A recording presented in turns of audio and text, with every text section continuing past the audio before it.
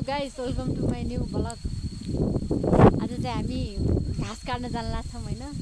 सेलरोटी खाँदै दसैँ आइरहेको छ। भोलिको दसैँ आज घाँस काटेर टन्न गाईलाई फालेर टक्क भोलि चिल पारामा बस्ने हो। घाँस कसरी काट्छौँ, कहाँ गएर काट्छौँ पछि सबै तपाईँलाई देखाउन चाहन्छु भन्ने म आशा गर्न चाहन्छु। साथसाथै हेर्न सक्नुहुन्छ उहाँ चाहिँ हाम्रो मम्मी। घाँस काट्न स्टार्ट भइसक्यो गाइजहरू। कालीकोटको दृश्य गाइस, पानी पर्ला छ एकदम। दसैँको दिन पानी पर्ला छ ठुलै। बाटो यस्तो खराब छ गाइज। यो चाहिँ यहाँ घाँस काट्न लाग्छ है।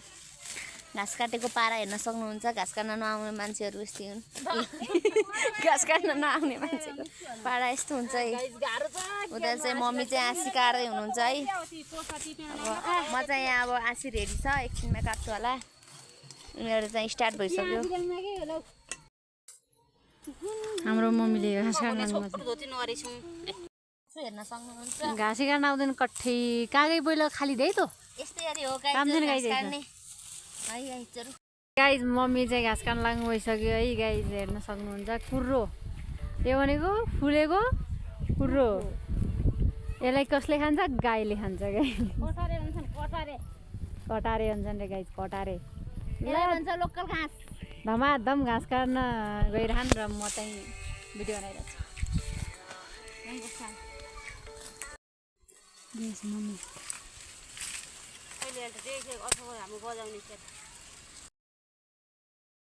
घाँस काटेर चाहिँ रेडी भइसक्यो हाम्रो है। टन्न अब डोकोमा जाकेर घरतिर लाग्ने।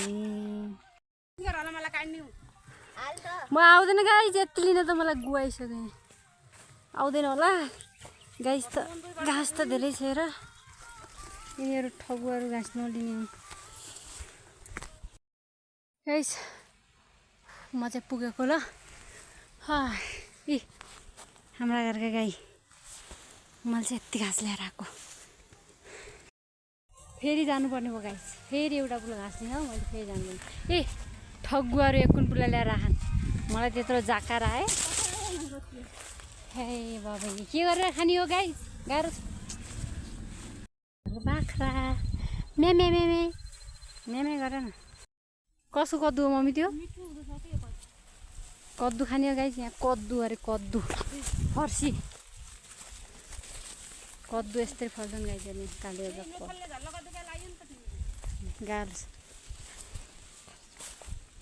यो घाँस चाहिँ मैले लिने रे। ल गाइज यति भन्दै मेरो युट्युब च्यानल म यहीँ रोकाउन चाहेँ। सबैजनाले सब्सक्राइब, लाइक, कमेन्ट गरिदिनु होला। धन्यवाद।